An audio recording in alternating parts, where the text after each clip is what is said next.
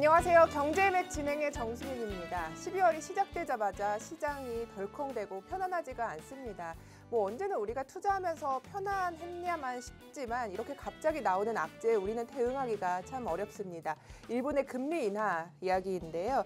시장은 미국의 금리 인하를 금리에 대한 이슈를 계속해서 걱정했습니다. 그런데 미국이가 회소가 되자 다시 중국으로 눈을 돌렸습니다. 중국은 사실 지금 일본은 지금 사실 제로금리에 가까운데 일본이 금리 인하를 하게 된다면 우리 시장에서는 여행이나 여타 자동차 쪽은 일부 수혜를 볼 수 있겠습니다만 사실 글로벌 시장의 분위기가 냉각되는 것은 어쩔 수가 없는 당연한 이치였습니다. 어제 뉴욕 시장도 어려웠고요. 엔비디아의 상승만이 그래도 지수의 하단을 방어해주기는 했지만 3대 지수 모두 아쉬운 흐름으로 마감이 됐고 여기에 가상자산 시장까지 급냉되면서 참 어려운 시장이 다시 한번 펼쳐지고 있습니다.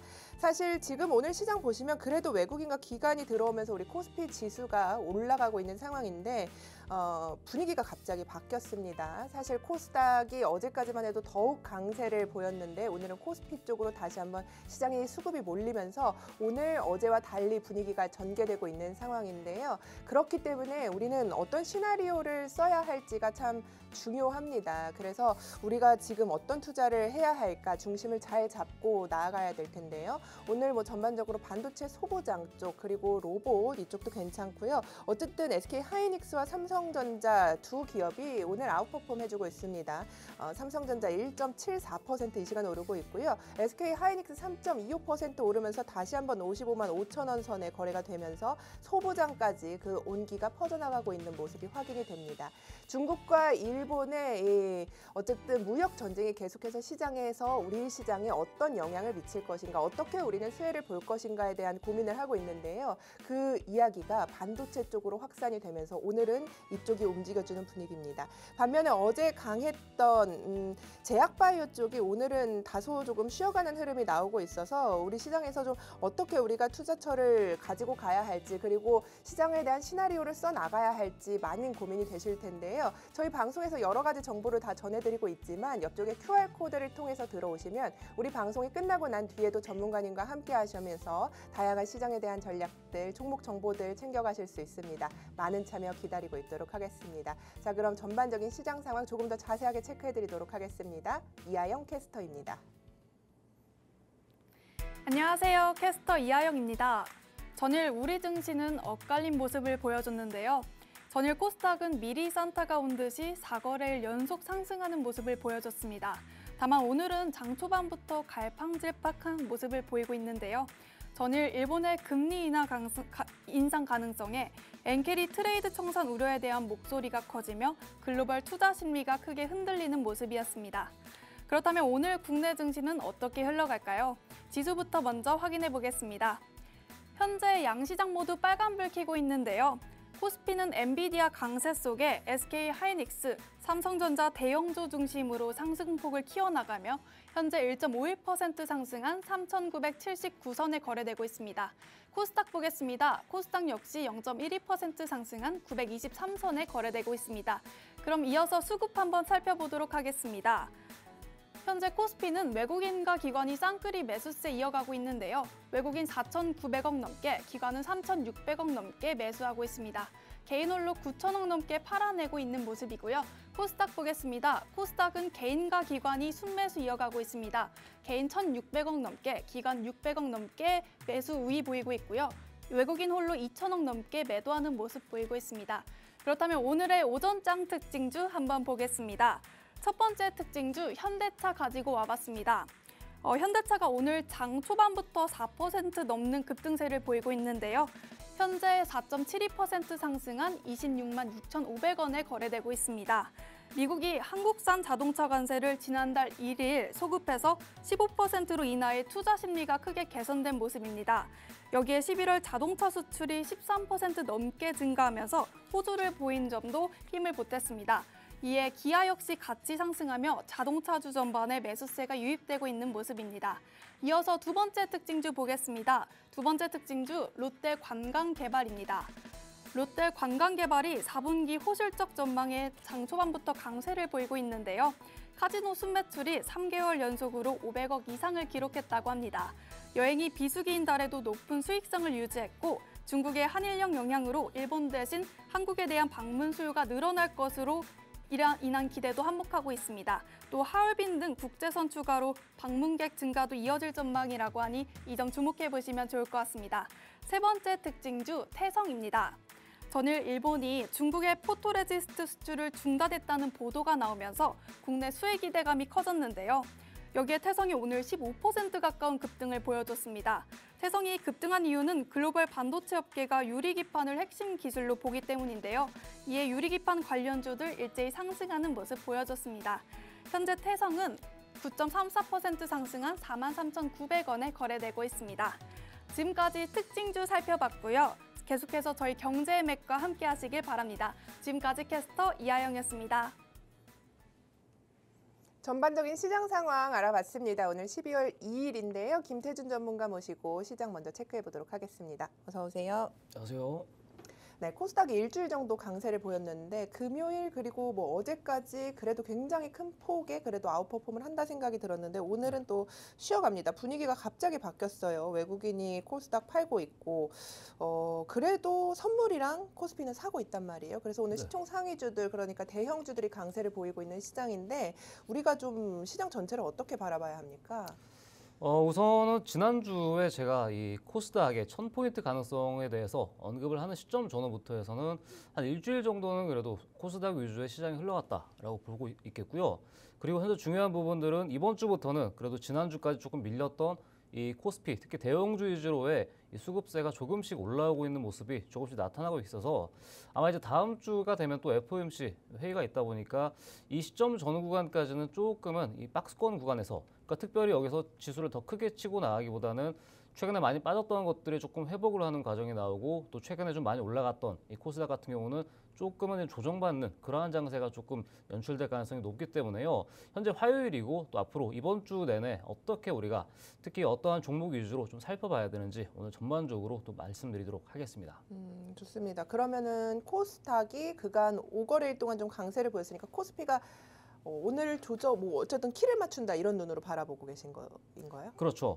일단 제가 네. 지난주에 이 코스피는 4,000원 이미 찍고 한참이나 시간이 지났는데 네. 코스닥은 아직 1000포인트조차 찍지 못했다라는 부분에 좀 착안을 해서 제가 볼 때는 일단 코스닥이 1000포인트를 찍기 전까지는 네. 어느 정도는 코스닥 우위의 수급세가 좀 이어질 가능성이 높습니다. 특히나 지난주 주말쯤에 이슈가 한번 나온 부분이 이 정부 측에서도 드디어 움직인 게 이 코스닥 쪽으로 전면 세제 개편이라든지 혹은 이 연기금이나 기관 중심의 수급의 유입을 위한 그러한 이 혜택을 또 계속해서 주기 위한 이슈들을 대대적으로 홍보를 했단 말이죠. 실질적으로 또 지난주에 그런 이슈로 코스닥이 많이 올라갔던 것도 있고 현재 기조 자체가 그러한 이 중소형주가 많이 소외되어 있었다 보니까 저는 좀 코스닥 위주의 섹터로 좀 살펴보자 말씀을 드리겠고 그리고 이 차트를 보면서 이 종합지수를 한번 살펴볼게요. 예. 자, 우선 이 4,200포인트 라인 자체를 11월 초죠. 11월 4일에 역사적 신고가를 찍은 다음에 거의 한 달 내내 우하향하면서 빠졌던 게 코스피입니다. 그만큼 시장 자체가 11월 달에는 전반적으로 아무래도 11월 중순에 실적 발표 이슈가 있었다 보니까 안 좋았다라고 보고 있지만은 이 부분들을 이제 턴어라운드하기 위한 중요 조건 자체가 현재 21선 라인이 딱 4,000포인트 구간에 걸려 있습니다. 그래서 이 4,000포인트 라인을 12월 달에 안정적으로 상향 돌파해주는 모습이 나오느냐 자체가 이번 12월 달에 중요한 이 방향성을 결정지을 것으로 예상이 되고 있기 때문에 이제 산타랠리라고 하죠. 앞으로 한 2주가량 남았나요? 네. 곧 있으면 이 산타랠리라고 해서 매년 이맘때쯤에 조금씩 기대감을 불러일으키는 장세가 올지도 아마 이번 주와 다음 주에 있을 FOMC 시점 전후에 저는 4,000포인트를 돌파 안착하느냐 여부로 지켜보고 있어서요. 이 부분에 좀 차관을 둬서 어느 정도 살펴보자 말씀드리겠고 또 그리고 이 코스닥을 말씀을 드리면은 코스닥이 최근에 좀 괄목할 만한 상승 구간이 드디어 이 코스피를 좀 압도하는 수급세가 나타났다 보고 있는데 지난번 시간에 말씀드렸다시피 결국 이 1000포인트 라인을 돌파하기 위해서는 지난 2023년이죠. 이 당시에도 950포인트까지만 딱 갔다가 결국에 50포인트 차이로 이 1000포인트 라인을 돌파하지 못하고 기나긴 하락 횡보 조정을 이와 같이 겪었습니다. 근데 그때보다 조금 더 이 수급적인 부분들이 많이 탄탄해지고 하반 구간에서 확실하게 이 어느 정도 물량 수급이라던가 이런 바닥 구간을 잡고 올라왔던 부분이다 보니까요. 저는 실질적으로 올해 9월부터는 본격적인 상승 드라이브로 올라가기 위한 코스닥 지수 흐름이 나타났다라고 보고 있고, 저는 이번 구간이 950포인트를 돌파하기 위한 가장 중요한 적시 구간이다라고 보고 있고, 저는 결국 시간 문제일 뿐이지 1000포인트 라인 2022년도 그 초쯤이죠. 이 당시에 있었던 1000포인트까지는 전체적으로 코스닥 위주로 우리가 좀 리밸런싱을 해 나가면서 포트폴리오에 코스닥 쪽으로 내가 그동안 안 봤다라면은 조금씩은 코스닥 종목도 좀 편입해 나가는 이러한 전략 위주로 가져가시는 거 말씀드리도록 하겠습니다. 좋습니다. 오늘 시장이 어쨌든 분위기를 바꾸긴 했습니다만 아직도 코스닥 쪽에서 기회가 많다고 보고 계신다는 이야기를 들어봤는데요. 사실 FOMC가 다음 주이긴 합니다만 오늘 파월 의장이 연설 오늘 우리 시간으로 10시부터 하고 있기도 하고, 사실 미국에 대한 걱정보다는 이제 시장이 엔캐리 트레이드, 그러니까 일본에 대한 걱정을 하고 있는 것 같아서요. 이에 대한 소환은 시장이 어떻게 낼 것인가를 고민을 해봐야 될 것 같습니다. 어쨌든 새로운 악재랄까요. 일본이 찬물을 확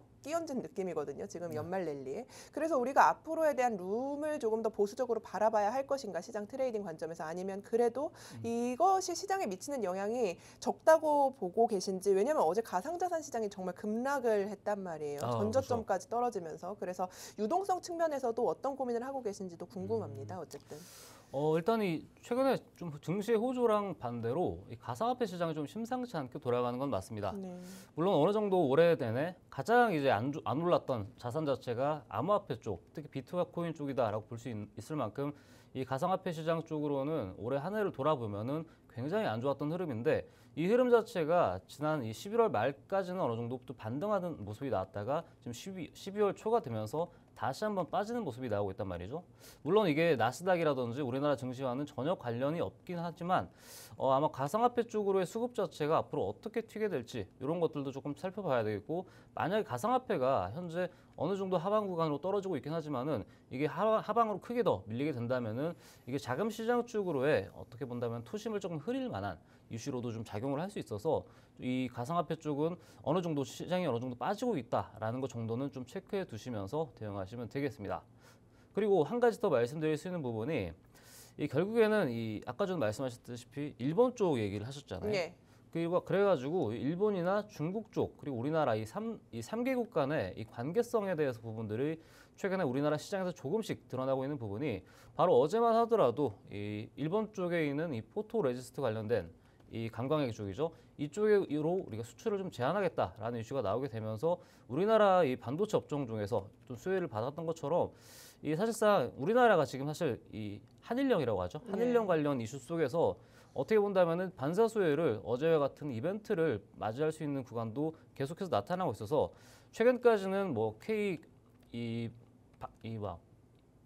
여행이라던가 네네. 아니면은 뭐 반도체 쪽으로 이슈가 나타났다라면은 이제는 뭐 2차 전지 쪽으로도 혹시나 나올 수도 있는 그러한 이벤트로 작용할 수 있어서요. 이런 것도 같이 좀 체크하시면 되겠습니다. 좋습니다. 자, 지금 어쨌든 글로벌 시장이 금리에 대한 이야기 이슈로 조금은 잡음이 있지만 어쨌든 개별적인 호재를 우리는 체크해봐야 할 구간이다. 코스닥 쪽에서 기회를 찾아보는 것도 좋겠다라는 이야기를 해주셨는데요. 시장 전반적으로 이렇게 큰 틀을 잡고 가면서 우리는 시장 속에서 맥점 짚어보면서 이야기 나눠보도록 하겠습니다.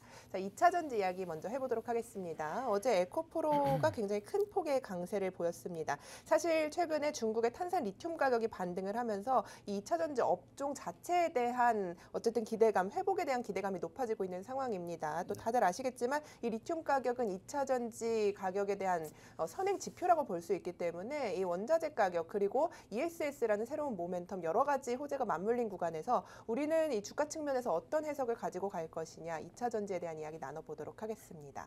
자, 2차 전지 이게 좀 사실 2차 전지 이야기는 모두 이야기가 좀 갈리는 구간에 약간 있는 것 같아요. 그래서 그렇죠. 전문가님 생각은 어떠신지 궁금한데요. 불과 지난주에 제가 이 자리에 히든 종목으로 가져온 게 바로 에코프로인데 기억이 혹시 나요. 눈치는 채셨죠? 그 당시에? 그렇죠. 그리고 네네. 지금 사실 말씀해 주시고 제가 에코프로 어제 강세를 보였던 부분이 확인이 돼서 그 후에 어떻게 됐나 저희가 방송이 11월 25일이거든요. 네네. 바로 다음 날 11%까지 상승이 나왔고 어제 장대 양봉까지 세우면서 지금 뭐 일주일 만에 25%의 상승률이 대형주로 이렇게 그렇습니다. 시세를 내셔서 제가 그 에코프로를 지난주에 언급한 이 전문가라고 할 수 있는데 V라도 자, 이제 하셔야겠어요. 지난주를 예. 보면은 제가 크게 세 가지 정도의 흐름을 가지고 얘기를 드렸던 부분이 네. 결국 이 2차 전지 중에서는 에코프로가 대장주라는 부분들을 아마 한 달 전쯤부터도 계속해서 제가 에코프로 노래를 부르면서까지 강조를 드렸잖아요. 이번엔 좀 노래도 해주시고 하셔야겠네요. 그렇죠? 아, 그랬었는데 네. 이제 히든 종목으로 제가 노래를 좀 준비를 해왔었다가 어. 히든이었기 때문에 차마 아. 에코라는 얘기를 할 수가 없었습니다. 그럴 것도 그래서 있죠. 예. 노래는 다음 기회로 하는 걸로 하고요. 예, 예. 아무래도 이 2차 전지 쪽에서 에코프로를 좀 주목해야 될 이슈 자체가 최근에도 이 상승하는 이슈가 나오면서 조금씩 나왔죠. 이 최근에 이 밸류체인 자체가 심상치 않습니다. 이 특히 양극재부터 해서 뭐 음극재까지 계속해서 여러 이 밸류체인을 통합하면서 이 궁극적으로는 가장 값싼 이 전고체라든 이 양극재라든가 2차 전지 소재를 만들어내기 위한 그러한 일환으로 최근 유럽까지 이 우리나라 최초로 진출했던 이슈가 나오면서 이 최근 좀 단기적이긴 하지만은 지난주 대비 한 27%가량 상승을 했던 모습이 나오고 있습니다.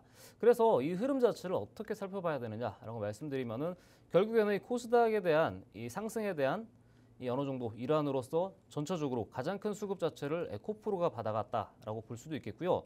그리고 이 흐름 자체가 여러분들이 살펴보셔야 되는 게 2차 전지는 저는 내년까지는 좀 중장기적으로 가져갈 만한 포인트가 나올 때마다 조금 모아간다는 관점으로 보고 있습니다.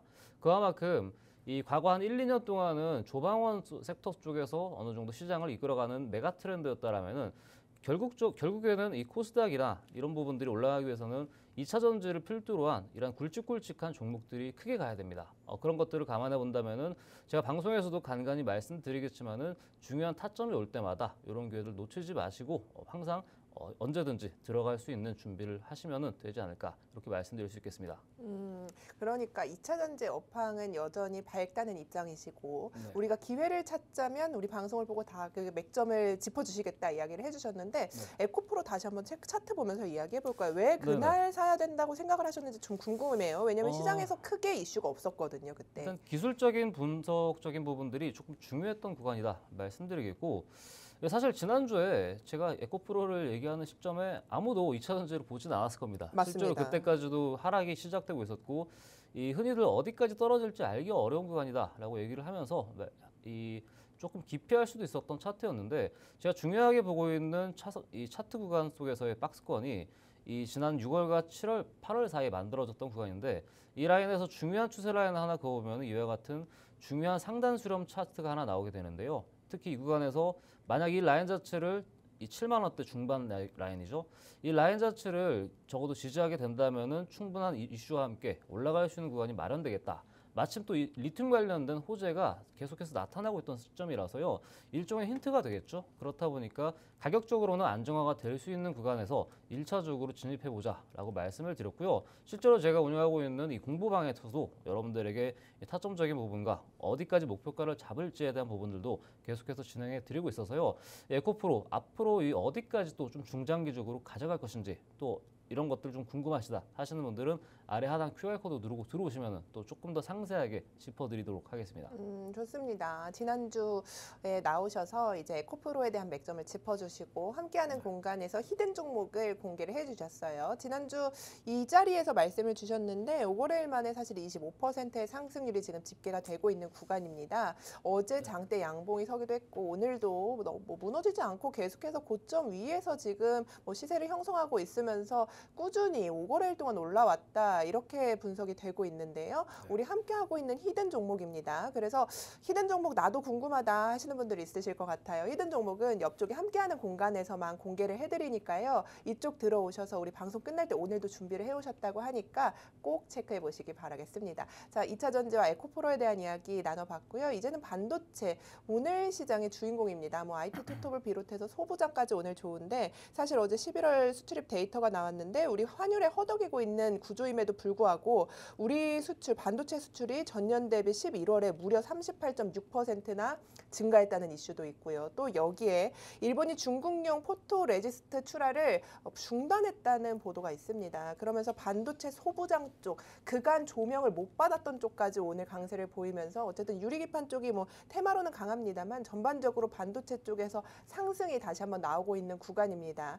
왜냐면은 어제 그제 사실 사실 일주일 동안 반도체 쪽이 좀 쉬어갔다는 측면에서 우리가 담는다면 반도체이지 않을까라는 생각을 하긴 했지만 또 어제는 사실 코스닥이 이제는 코스닥 담아봐야 된다 이 이야기가 주였거든요. 시장의 주 포인트였어요. 그런데 오늘은 이제 다시 한번 너 쉴 때 그러니까 반도체 담았어야지 약간 그렇죠. 이런 느낌이 들어요. 오늘은 그래서 참 어려운데 반도체 이쪽 뭐 전반적으로 다 이제 훈풍이 불 것이다. 소부장 쪽에서 더 기회를 봐야 한다. 이런 입장이신지 오늘 IT 투톱이 그래도 강세를 보여주고 있으니까 뭐 투트랙 전략으로 가야 한다든지 어떤 입장을 지금 반도체 전반적으로 취하고 계신지 궁금합니다. 일단 순서로 말씀드릴 것 같으면은 코스닥은 지난주 초부터 사실 담았어야 된다라고 말씀드리겠고요. 그리고 코스피의 경우도 지난주 내내 중요한 눌림이 왔을 때 특히 좀 모아간다라는 과정이 중요했는데 저는 사실 11월 내내 어떻게 본다면은 SK 하이닉스만 놓고 보자면은 한 달 내내 주고장창 떨어졌습니다. 네. 중간중간에 굵직굵직한 반등은 나왔지만은 지난 11월 11일이죠. 64만 원대 구간을 고점을 찍으면서 결국에는 계단식 하락을 하면서 중간중간에 반등을 하면서 내려왔지만은 그렇다면 반등은 본격적으로 어디서부터 본격적인 추세 상승이 다시 변곡점이 일어날 것이냐라는 부분이 중요했는데 저는 그 가격대 라인을 50만 원대 초반선으로 설정을 했습니다.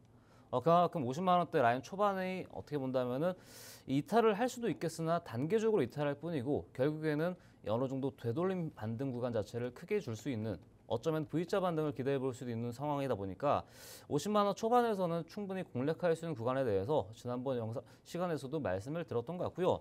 자, 그렇다면 SK하이닉스가 지금 지난 한 5거래일째 조금씩 바닥을 잡고 반등에 나서고 있는 모습은 나타나는데 자, 우선 이 가격적으로 말씀을 드리면은 결국 이 하단 추세 라인 자체를 이제 막 삼각수렴으로 넘었던 구간이 나왔습니다. 그래서 여기서 제대로 된 반등이 나오는 구간은 아마 21선 위쪽이죠. 이것도 코스피랑 거의 차트가 비슷한 모습인데 한 57만 원 위쪽으로 지금은 중요한 안착 구간이 만들어지는데 이걸 만약에 제대로 안착하지 못하게 된다면 다시 한번 50만 원 초반대로 떨어지게 되면서 이 좀 박스권 흐름이라고 하죠. 어느 정도 가격적으로는 조정받기는 어렵다기보다는 이 기간 조정을 조금 길게 가져갈 수 있는 가능성은 좀 배제할 수는 없습니다. 그만큼 지난 9월과 10월 동안 사실 어마어마하게 올라왔죠. 네, 아직까지 제가 목표가는 더 높게 보고 있긴 하지만은 지난 9월과 10월에 보여줬던 이 상승 파동 자체가 워낙 단기간에 가팔랐기 때문에요. 어느 정도 SK 하이닉스를 공략하고자 조금 난 아직 SK 하이닉스 못 들어갔다 하시는 분들은 이 50만 원 초반 구간은 그래도 조금 공략할 수 있는 구간 나왔을 때 어느 정도 분할로 담아가자 말씀드리겠고 그 외쪽으로는 이제 소분양주 쪽으로 우리가 좀 눈을 돌려봐야 된다라는 관점인데요.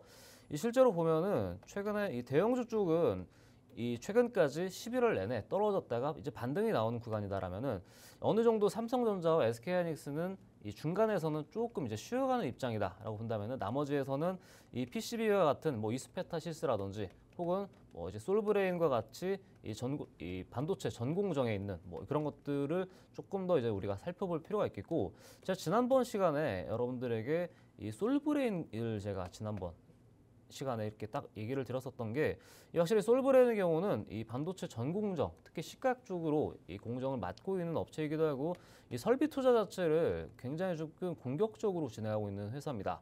그만큼 이 설비 투자 자체를 내년에 얼마만큼 이뤄내느냐에 대한 부분들이 좀 중요하게 봐야 되겠고 그게 가장 대표적인 게 이스페타시스가 있었죠. 그래서 이스페타시스가 최근에 이 KPX 관련, 이 자본 지출 관련 이슈로 상당히 크게 올라왔다라면은 후발주로 이제 어떤 것들이 올라오느냐라는 부분들을 좀 살펴봐야 되는데 아까 MC님이 말씀하셨다시피 유리기판 쪽으로도 우리가 좀 들여다볼 수 있는 부분들이 유리기판 쪽이 사실상 이 반도체가 올해 상반기에 조금 그렇게 흐름을 좋게 보여주지 못한 시점에서 이 최근에 계속해서 이 미세회로적으로 조금 더 유리한 기판 자체가 이 PCB에서 유리기판으로 넘어가는 과정이 있는데 그런 부분들이 상반기에 조금 어느 정도 이 밑밥을 좀 깔아놓으면서 상당히 좀 많이 반등을 했습니다. 그 안에 오늘 아까 특징주로 얘기가 나왔던 태성이라는 종목도 있겠고요. 이 외쪽으로는 여러 가지 반도체 관련해서 YC캠이나 SKC 이렇게 굵직굵직한 대기업 쪽으로도 우리가 살펴볼 수 있어서요. 어느 정도 반도체 소부장 쪽으로 옮겨가는 과정에서는 저는 유리기판을 비롯한 어느 정도 확실하게 기술이 조금 이 트렌드화 되어 있는 것들 위주로 가져가시라 말씀드리겠고 특히 유리기판 쪽으로는 제가 적극적으로 좀 공략하는 종목이 몇 가지 있다 보니까 요거에 대해서 좀 상세한 가격적인 전략 알아보실 분들은 마찬가지로 아래 하단 QR코드 누르고 오시면은 조금 더 상세하게 말씀드리도록 하겠습니다. 좋습니다. 자, 반도체에서 우리가 투자를 어떻게 이어가면 좋을까라는 고민하고 계실 텐데요. SK 하이닉스 아직 보유하시지 않았다면 50만 원 초반대를 지지라인으로 잡고 기간 조정이 좀 염두를 해두자 이야기를 하시면서 그 안에서 우리는 투자를 이어가자. 오늘은 아니다. 따라붙을 자리는 아니다라고 이야기를 해주셨고 또 소부장 쪽에서는 유리기판 쪽 유망하게 보고 계신다는 점 체크를 해드렸는데 우리 방송에서 다 뭐 종목들을 언급하기 어려우니까 옆쪽에 함께하는 공간 공부방에 들어오시면 또 이와 같은 자료들 공유해준다는 이야기까지 해주셨습니다. 자, 그런데 지난주에 이야기해 주셨던 종목들이 다 좋네요. 솔브레인 지금 체크를 해보니까 오늘은 좀 뭐 어쨌든 하락이 나오긴 합니다만 어제 장대 양봉 세웠거든요. 13%까지 급등이 나왔는데 말씀 주시고 난 뒤에 계속해서 상승 추이였어요. 네. 그런데 오늘 약간 이 시세 어쨌든 차익 실현이 나오고 있잖아요. 네. 그럼 다시 한번 트라이 하기에는 약간은 부담이 있는 자리인가요? 나온 김에 이 솔브레인 차트 또 관점에서 말씀드리면 예. 이 가파르게 V자 반등으로 상승을 했던 만큼 사실 저점 대비 거의 한 27% 상한가를 가는 수준만큼의 상승이 나온 모습입니다. 그런데 단기적으로 전고점 부근에 있는 현재 30만 원 부근이 올해 있던 가장 큰 고점이 되겠는데 이 30만 원을 불과 한 3, 4% 정도 앞두고 나서 조정이 좀 나왔단 말이죠. 이 말인즉슨 저는 아직까지 30만 원을 추가적으로 찍기 위한 이 조정으로 돌입했을 뿐이지 오히려 아직 부유하지 못하신 분들이 있어서는 조금 단기 트레이딩 관점에서라도 조금 더 들어가 볼 만한 요인이 생겼다라는 관점으로 보고 있고요. 이 솔브레인의 경우는 저는 결국 이 주봉상으로 넓은 틀에서 본다라면은 21년도 7월 달입니다. 이 당시에 37만 원까지 갔던 이력이 있었고 이 당시 추세 라인 자체가 결국에는 우하향으로 하고 있는 이 상단 추세 라인이 나오고 있긴 하지만은 여전히 저는 이 반도체 슈퍼사이클 구간이 진행되고 있다라는 관점에서 본다면은 이 내년에 어느 정도 이 KPX가 확실히 어느 정도 이 주가 상승에 있어서 중요한 발판으로 좀 작용할 것으로 보고 있으니까요. 저는 한 20만 원 초중반에서 적어도 한 중반까지 가격이 떨어지게 된다라면은 재공략할 수 있는 구간은 충분하다라고 보고 있고 일단 방송상에서 말씀드리겠지만 저는 35만 원 이상 좀 중장기로도 바라볼 수 있는 종목 가운데 하나다라고 보고 있습니다. 그만큼 이 소부장 가운데에서도 이와 같은 조금 알짜배기 종목들을 잘 잡아가시는 게 중요하니까요. 이런 것도 좀 참고하시면 되겠고 그리고 이 솔브레인뿐만 아니라 이제는 요 얘기를 제가 안 했는 게 삼성전자와 SK하이닉스가 결국 이 반도체 전쟁이라고 아까 표현이 나왔었죠.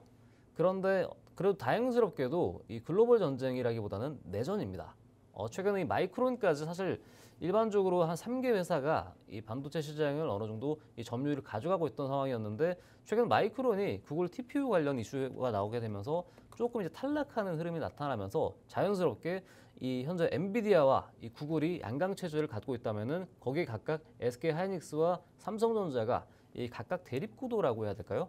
이런 구도 자체를 만들어내고 있는 상황이다 보니까 만약에 구글 TPU 쪽으로 다시 한번 이 점유율 자체가 이 AI 쪽이죠. 인공지능 쪽으로 흘러가게 된다라면은 삼성전자가 그래도 조금씩은 다시 기존에 있던 왕자 자리를 찾을 수 있는 시간이 점점 오고 있지 않나라는 생각이 들어서요. 일단 그래도 아직까지는 객관적으로 SK하이닉스가 상대 우위가 있긴 하지만은 내년까지 바라본다면 역시나 삼성전자 쪽으로 손을 들어줄 수밖에 없다라고 보고 있어서 이 최근에 이 SK하이닉스가 아닌 삼성전자 쪽으로 이 많은 물량을 갖고 있던 이 소부장 쪽도 조금은 좀 체크해 두시면서 삼성전자 관련 소부장을 가져가는 것도 중요한 맥락 포인트가 된다. 이렇게 좀 말씀을 드릴 수 있겠습니다.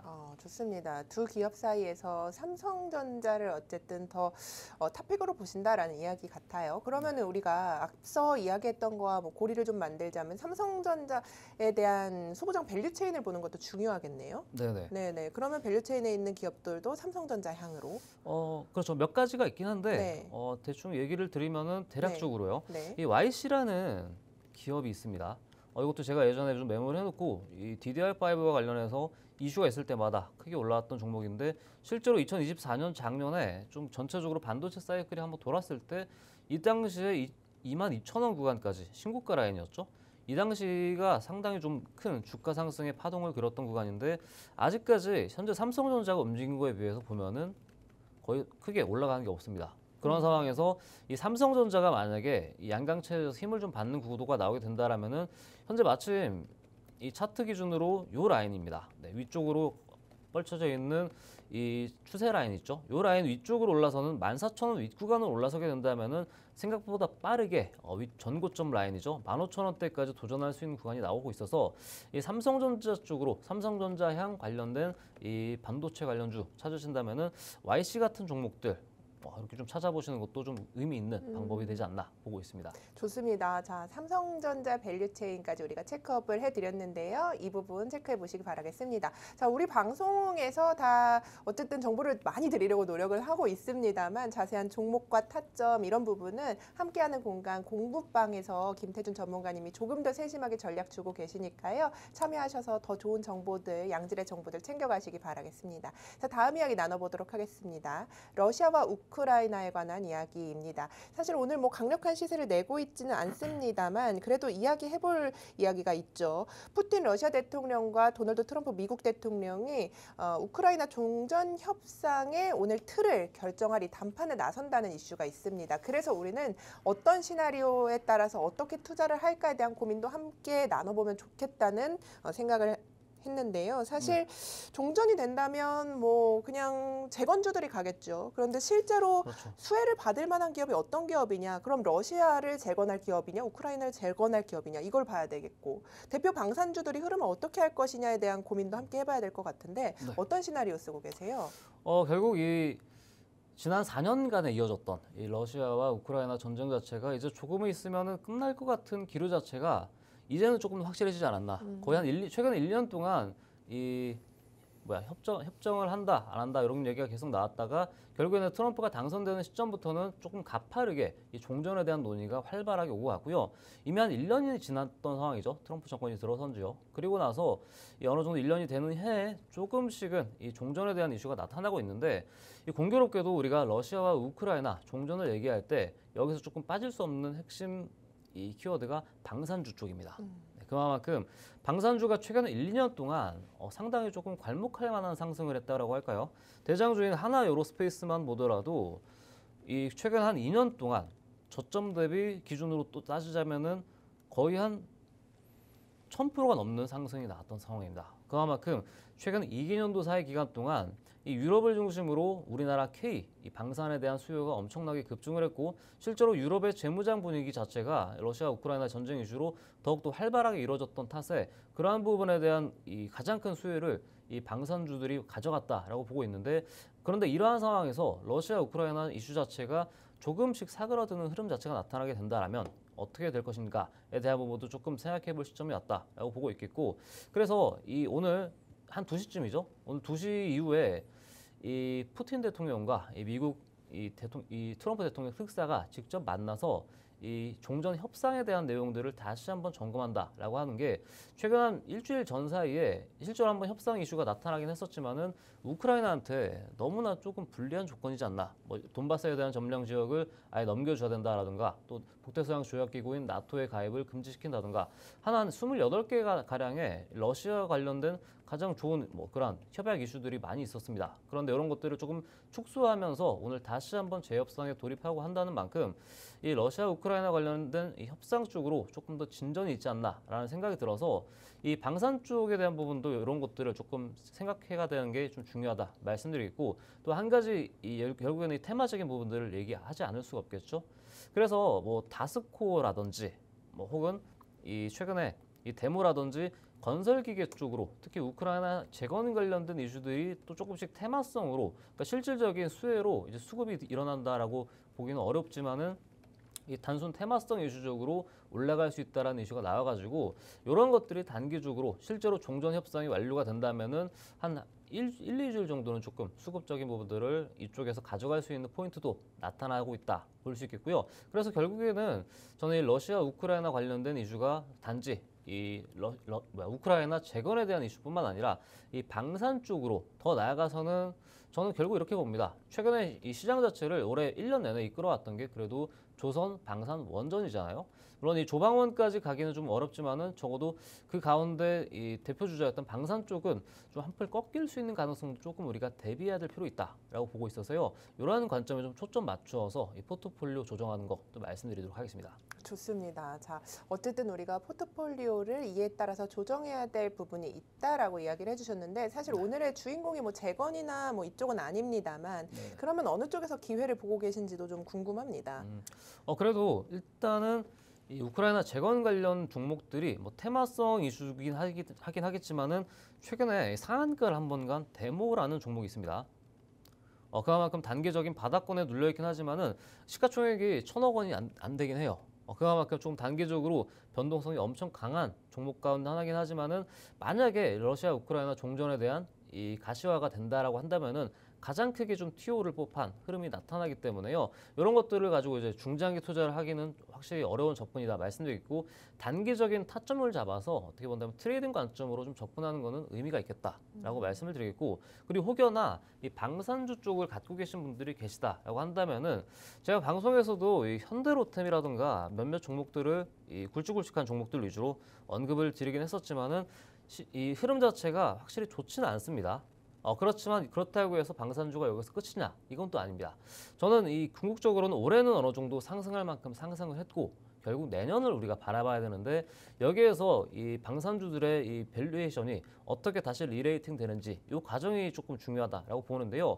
결국에는 시장 자체는 계속해서 올라갈 것을 저는 보고 있기 때문에 이 가운데에서 확실하게 실적 이슈를 갖고 있는 방산의 경우도 실제로 외형 형장은 계속하고 있습니다. 그래서 저는 좀 실적 시즌이 다가오는 시점 전으로 좀 타점을 잡고 좀 가져가는 전략적인 방식으로 좀 대응하는 게 필요하겠고 결국에 방산주 하면은 이번 3분기에도 어느 정도 실적으로 실적 우상향을 좀 보였다시피 4분기 실적이 발표되는 이 내년 1월 달부터서 2월 사이에 좀 적극적으로 공략할 수 있는 구간이 나온다. 다만 그 기간 전까지는 조금은 우리가 저점 포인트를 어디까지 좀 잡을 수 있는지 이런 것들을 좀 고민해보자. 이렇게 좀 말씀드릴 수가 있겠습니다. 좋습니다. 자, 우리는 재건 관련주를 짧게 트레이딩 해볼 만한 구간에 있다. 데모 언급을 해주셨고 사실 현대로템 지금 굉장히 낙폭이 깊은데요. 이 부분에 대한 것도 뭐 아예 끝난 것은 아니고 우리가 조정세가 필요하다면 그 후에 어쨌든 이야기를 나눠봐야 한다라는 입장까지 이야기를 해주셨습니다. 자, 이렇게 우리가 종전과 관련해서 어떤 시나리오를 쓰고 어떻게 투자를 이어가야 할까에 대한 고민해봤는데요.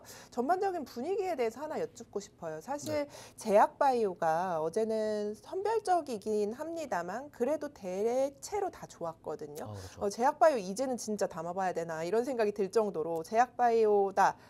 천만원 볼 때는 그렇다라는 생각을 했는데 오늘 알테오젠 1.85% 빠지고 있고 리가켄바이오 2.25% 빠지고 있고요. 뭐 펩트로는 개별 이슈가 있어요, 사실. 그래서 특징주로 좀 한번 체크를 해볼까 싶은데 사실 이런 특징주 하나 때문에 전반적인 섹터의 분위기가 좌우되기도 하거든요. 네네, 이전에 맞습니다. 리가켄바이오나 이런 종목처럼요. 그래서 펩트론에는 뭐 어쨌든 일라이릴리와 기술 평가가 계속 지연이 되고 있다. 이 이슈 때문에 지금 어제 시간에 그리고 오늘까지 낙폭이 굉장히 깊은데 이 종목에 대한 뭐 특징주를 한번 살펴볼까요? 예. 아마 펩트론으로 조금 마음고생을 하시는 분들도 뭐 최근에 진입하시는 분들의 경우는 있지 않을까라는 생각이 드는데 저도 그 공시를 봤습니다. 이 원래라면은 12월 7일자 전후로 해서 이 펩트론이 일라이릴리와 실질적인 이 이슈 자체가 나타나는지 여부가 상당히 중요했던 일정이었는데 사실 12월 7일이 되기 이전에 미리 공지가 나왔죠. 이 올해 12월 7일이 아니라 내년 10월 달까지 이게 연장이 돼서 이 기술 수출이라든가 이런 부분들이 이어질 수 있다. 한마디로 1년 이내 기간이라는 공백이 생겨볼 수 있다라는 이슈 때문에 어느 정도 이와 같은 하락세가 나타나고 있다라고 볼 수 있겠고요. 이 펩트론이 사실 최근뿐만 아니죠. 원래 1년 내내 이 바이오 제약 쪽에서는 사실 뭐 황태자라고 해도 될 정도로 기존의 바이오 제약들을 전부 다 압도하는 그런 퍼포먼스를 보여줬던 한 해가 아닐까라는 생각이 드는데요. 그래서 어느 정도는 이 상당히 많이 올라왔던 부분들에 대한 부분들을 어느 정도 이제는 가격 조정과 기간 조정으로 좀 나타날 시점이 됐다라고 보고 있어서요. 사실 바이오 제약 쪽은 지난주부터 공략하는 게 좀 정석적이었다라는 흐름이 라고 볼 수 있겠고 최근에 또 펩트론 다음으로 강했던 ABL 바이오만 보더라도요.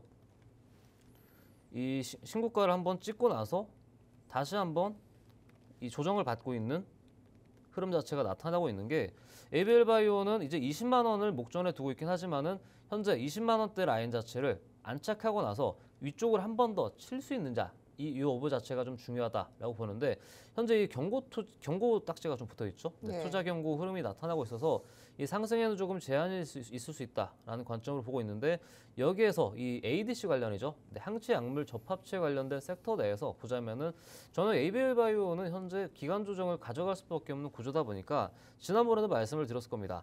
이 리가켄 바이오가 확실히 아직까지 제대로 된 슈팅이 나오고 있진 않지만은 마찬가지로 신고가 구간에서 이 라인이죠.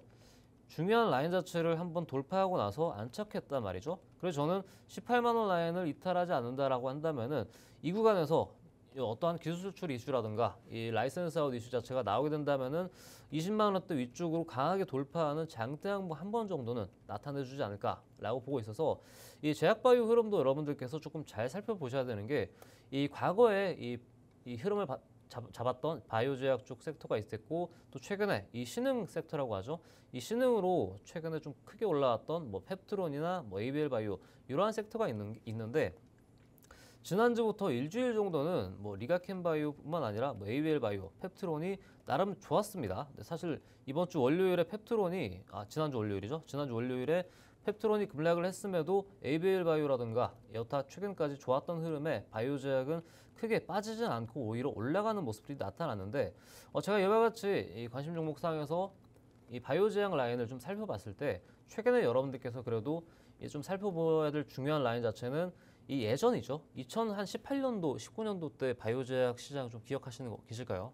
그 당시 셀트리온이라고 해서 지금은 이 좀 버젓이 크게 올라가지도 떨어지지도 않는 약간의 큰 산과 같이 되어버린 셀트리온이긴 하지만 2017년, 18년 당시에는 어마어마하게 올라갔던 게 뭐 셀트리온이고 그 뒤를 이어서 뭐 신라젠부터 해서 뭐 헬릭스미스 기억하시죠? 네. HLB 네. 이러한 것들이 좀 주름 잡았던 시점에 있는데 그러한 흐름 자체가 최근 조금씩 순환매라고 해야 될까요? 그러니까 같은 바이오 제약 섹터 안에서도 이 최근에 시장을 1, 2년 동안 이끌었던 바이오 제약은 좀 쉬어가는 국면에 한 5, 6년 전이죠. 예전에 좀 크게 올랐지만 최근에 각광을 받지 못했던 HLB부터 시작을 해서 뭐 신라젠 그리고 뭐 코오롱 이 티슈준도 최근에 엄청나게 상승을 하고 있습니다.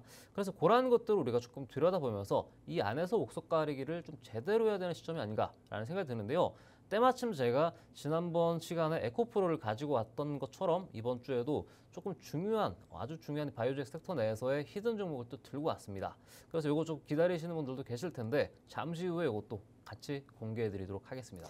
좋습니다. 자, 우리 어쨌든 지금 그제가 아니라 금요일이죠. 금요일 날 어제 그리고 제약바이오에서 내가 기회를 찾는다면 어디일까 많이 고민하셨을 것 같은데 오늘 이렇게 갑자기 제약바이오에서 하락이 나오니까 갑자기 또 반도체 사야 하나? 뭐 이런 생각이 드실 수도 있어요. 그렇죠. 네. 그래서 우리는 시나리오를 미리 생각하는 게 참 중요합니다. 오늘 제약바이오 또 히든 종목으로 가져오셨다고 하니까요. 힌트 받아보도록 하겠습니다. 히든 종목 들고 돌아오도록 하겠습니다.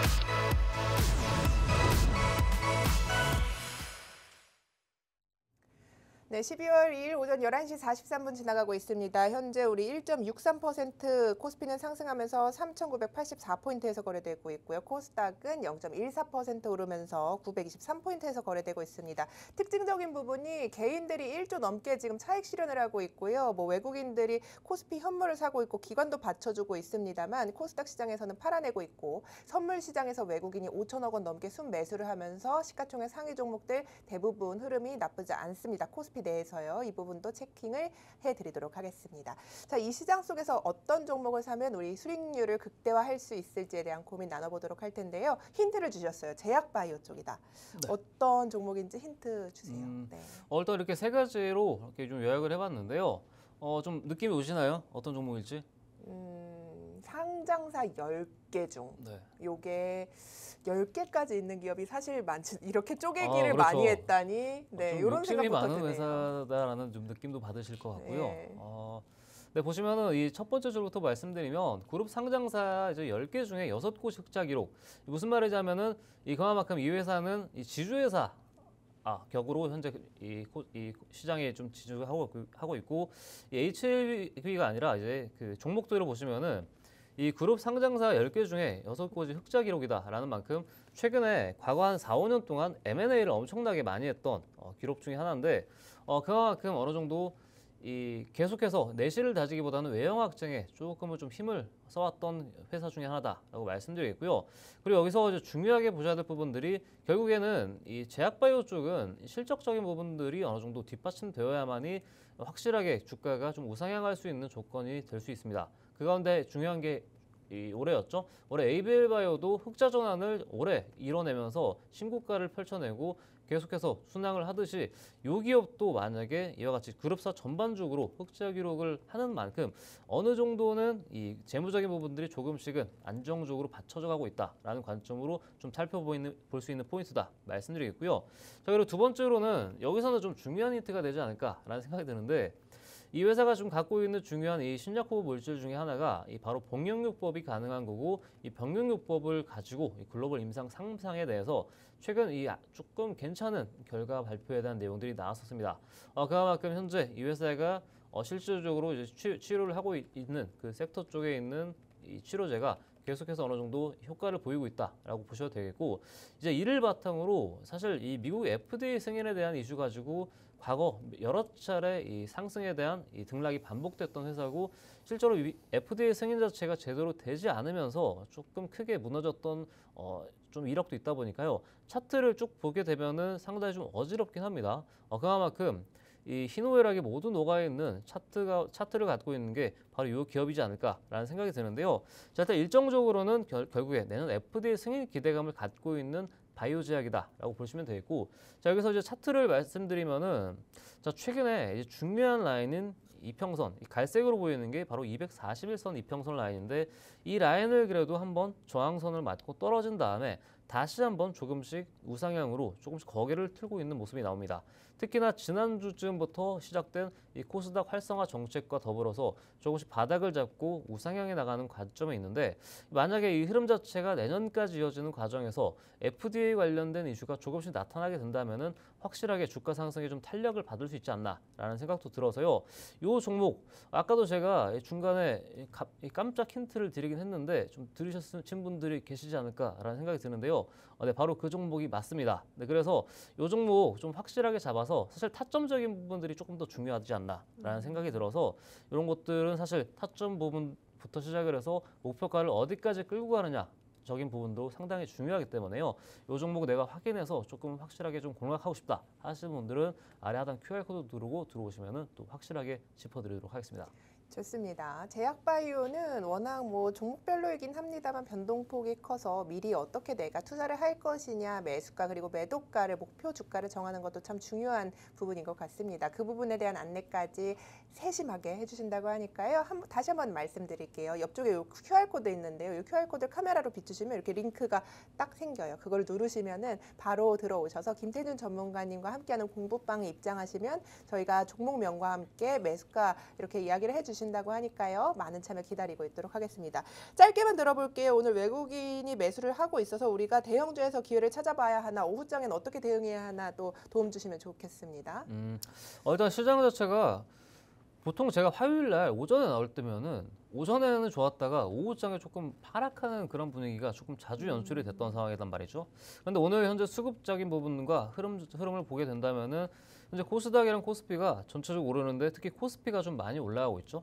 그렇지만은 저는 그래도 아까도 말씀드렸다시피 여기서 이제 조정을 받게 되는 흐름 섹터가 어딘지를 조금 보시면서 이 반도체 섹터는 아까 말씀드렸던 이 중요한 포인트들 가격대 라인은 SK하이닉스는 50만 원 더 초반에, 그리고 만약에 이 코스닥 정책 위주로 봤을 때 코스닥 종목을 가져갔을 때는 2차 전지와 이 바이오 제약 쪽으로는 반드시 여러분들께서 포트폴리오에 좀 챙겨가는 게 무엇보다 좀 중장기적으로 봤을 때 좋지 않나, 이렇게 조금 살펴볼 수 있겠습니다. 좋습니다. 오후장 투자 전략까지 이렇게 체크해 봤습니다. 본 방송에서 제공하는 투자 정보는 투자 판단에 대한 조언일 뿐 해당 종목의 가치 상승 하락을 보장하지는 않습니다. 오후장도 파이팅 하세요. 시청해 주신 여러분 진심으로 고맙습니다.